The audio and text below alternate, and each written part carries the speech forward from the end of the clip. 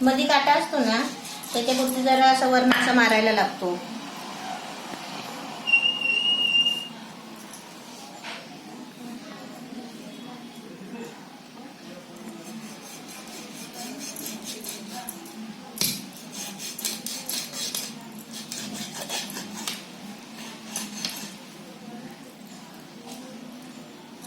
असे पातळ स्लाइस कापून आणायचे मच्छीवालीकडून.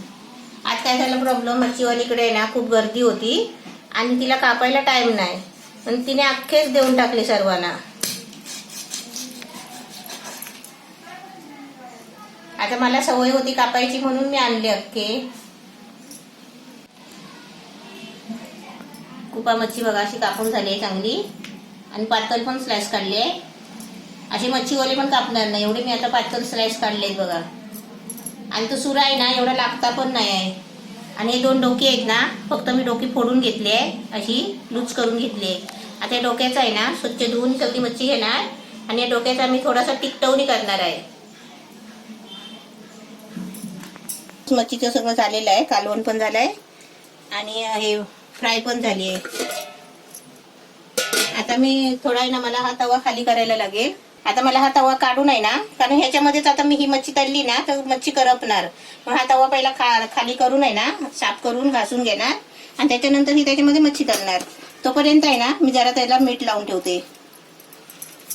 थोडंसं मीठ लावायचं, नाही तर आता लगेच करायचं आहे ना तर आपण आपल्या चवीपुरतं टाकलं तरी पण चालेल. तर मी पण काय करते, असं चवीपुरतंच मीठ टाकते.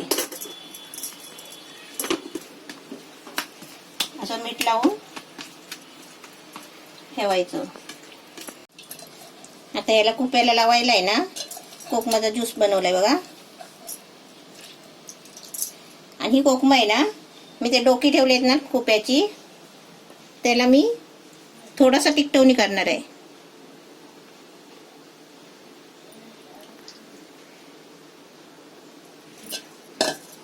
आता मी याच्यामध्ये आहे ना डोकी टाकणार आहे.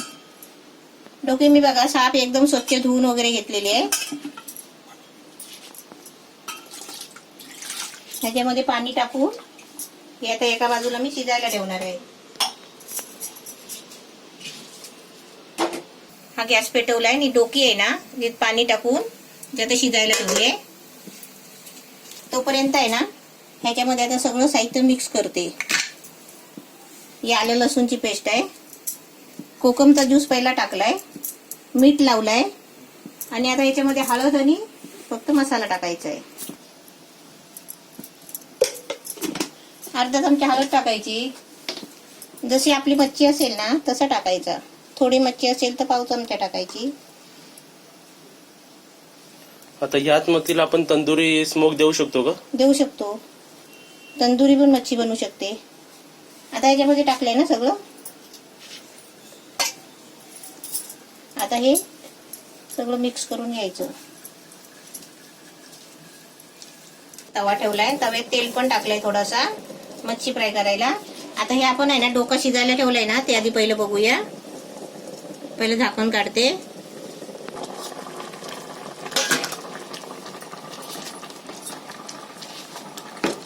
डोकं बघ मस्त शिजलंय. आता डोक्याचे आहे ना असे वेगवेगळे भाग करायचे. कुपा मच्छी आहे ना खायला पण एकदम चांगली असते, त्यासाठी आपण त्याचं काही सुद्धा वेस्ट घालवायचं नाही. आता याच्या खालचा थोडा बारीक गॅस केलाय, तेल पण तापलाय आणि त्याचा हा पण गॅस मी बारीक केलाय. आता हे पीठ घेतलंय, गव्हाचंच आहे.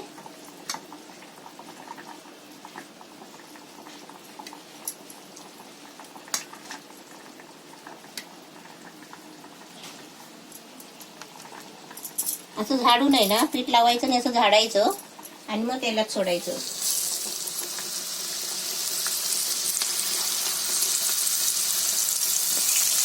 हे कसे छोटे छोटे तुकडे आहेत ना, आपण त्या तेलाच्या प्रमाणावर टाकायचे.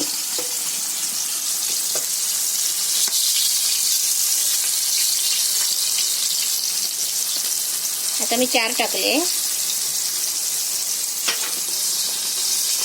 असे जरा हलवून बघायचे सरतात काय.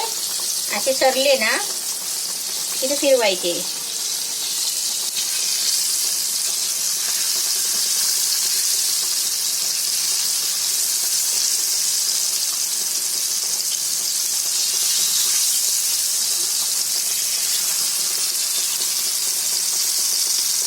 आता मी थोडा आहे ना गॅस बारीक केला होता, थोडा आता मीडियम करते.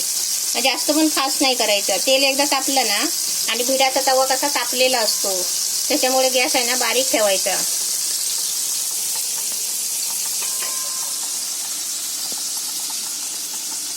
त्याचे थोडे थोडे साईडला करायचे. उलटे फिरवल्याच्या नंतर असे थोडे थोडे साईडला करायचे, म्हणजे थोडे आहे ना तेलातच राहायला पाहिजे असे, कारण ते जाड आहेत ना, कारण ते भाजायला लागतात. आणि साईडला करून करून आहे ना असे दुसरे दुसरे टाकत जायचे. अजून एक कारण आहे मच्छीचं. मच्छी आपण तळून झाली ना, फ्राय झाली की आपल्याला जेवायला उशीर असेल ना, तर ती मच्छी झाकून नाही ठेवायची. झाकण ठेवला तर तो झाकण आहे ना सैल ठेवायचा, कारण काय माहिती आहे मच्छी नरम पडते एकदम. आपल्याला कडक अशी मच्छी चांगली पाहिजे असेल तर झाकण नाही ठेवायचं, खुल्ली ठेवायची. कुपा मच्छी एकदम आता तळून एकदम छान फ्राय झाली आहे, आणि तेल पण नाही फुकट गेलंय, तेल पण बरोबर आहे. आणि आता हे तेल जे उरलंय ना, थोडासाच उरलाय बघा, ते पण आपण बारीक चमच्यानी काढून आहे ना, आपल्याला जे आता मच्छीचं कालवण शिजतंय आपलं, त्याच्यामध्ये पण हे टाकू शकता. हे बघा, थोडंसं बारक्या चमच्यानी काढून. आता मी याच्यामध्ये आहे ना, हे कुपा मच्छीचे डोके शिजत आहेत, त्याच्यामध्ये मी आता वाटप मसाला नाही टाकणार आहे, त्याच्यामध्ये घाटी मसाला टाकणार आहे, छोटे 2 चमचे. त्याच्यामध्ये तेल टाकायचं. एक कावला तेल संपला. आणि याच्यामध्ये आहे ना आपल्याला हे जे थोडंसं पीठ उरलंय ना, हे आपल्याला त्याच्यामध्ये आता पाणी टाकून त्याच्यामध्ये टाकायचं आहे.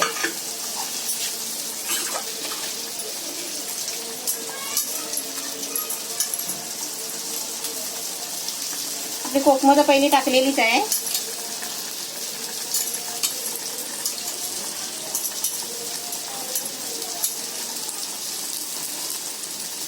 कारण आपल्याला आहे ना हाताला पण सगळा मसाला लागलेला असतो.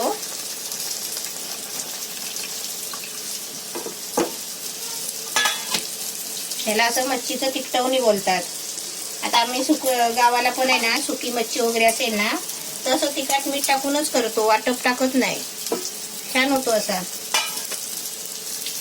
आता आपल्याला याच्यामध्ये मीठ टाकायचंय, थोडंसं मीठ टाकायचं, थोडं कमी टाकायचं जरा, कारण काय माहितीये घाटी मसाल्यामध्ये मीठ असतो. आता याचा तुम्हाला आहे ना कलर नाही येणार, आणि आपण तेल टाकल्यावर तो तेलावर कलर येतो.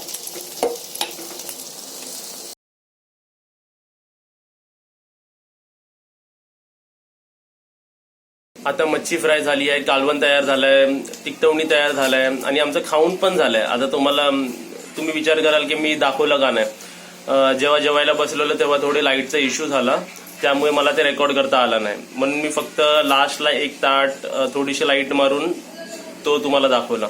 आणि टेस्टिंगचं बोललं तर जे 2 कालवण बनलेले, पहिल्याचं त्या ढोमीचं आणि सेकंड कुप्याचं. ढोमीचं तर चांगलंच होतं, पण कुप्याचं ते तिकटवणीसारखं होतं. तर दोघांची टेस्ट दोघं वेगवेगळे लागत होते, आणि दोन्ही मच्छी खायला खूप छान होते. आणि तुम्ही विचाराल मम्मी कुठे, तर मम्मी माझ्या समोर बसली आहे, ती आता जेवते. ज्यांना माहिती नाही, हा पार्ट 3 आहे.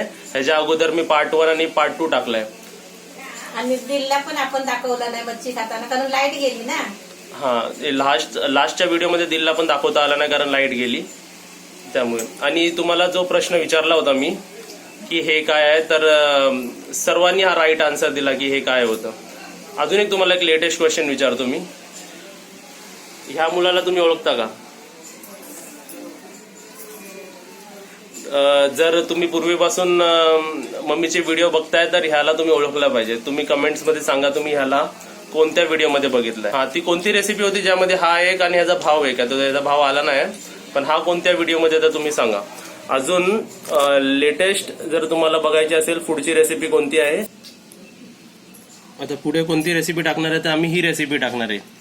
ही आलू वडी बनवली आहे. आता का बनवली तर ह्याची कोणती रिक्वेस्ट नव्हती. मी मार्केटमध्ये गेलो होतो आणि मला आलूचे पानं भेटले, तर त्यामुळे मी बोललो आलूचे पानं घेऊन जाऊया आणि मम्मीला आलू वडी बनवायला सांगूया. तर आलू वडी बनवली आहे, पण मी ह्याच्यात थोडासा डिफरन्स केली आहे की मम्मी सुद्धा बनवते आणि अजून एक आमचे जे नेबर आहे त्यांना पण मी बसवलंय, तर ते दोन्ही आपापल्या स्टाईलमध्ये बनवतात आहे. तर ते तुम्हाला बघायला आवडेल की ते कसे बनवतात आणि मम्मी कशी बनवते. आलूवडी रेसिपीमध्ये तुम्हाला इन्ग्रेडियंट सर्व सेम भेटतील, फक्त ते जे रोलिंग प्रोसेस आहे ते मम्मीने वेगळी केली आहे आणि ते आमच्या नेबरने त्यांनी वेगळी केले. ही आलूवडीची रेसिपी तुम्हाला नक्कीच बघायला आवडेल, कारण दोघांची प्रोसेस रोलिंग प्रोसेस वेगळी असल्यामुळे ते जरा इंटरेस्टिंग वाटत होते की कसं होईल काय होईल. आणि ऍक्च्युली हे तर तुम्हाला दाखवलंय, पण आम्ही टेस्टिंग पण करून झालंय आमचं. तर ही आलूवडी रेसिपी बघायला तुम्हाला नक्कीच आवडेल, कारण ही कोकणी पद्धतीने बनवली आणि खोबरा टाकून बनवली आहे आणि टेस्ट खूप छान लागत होती ह्याची. तर तुम्ही नक्कीच बघा.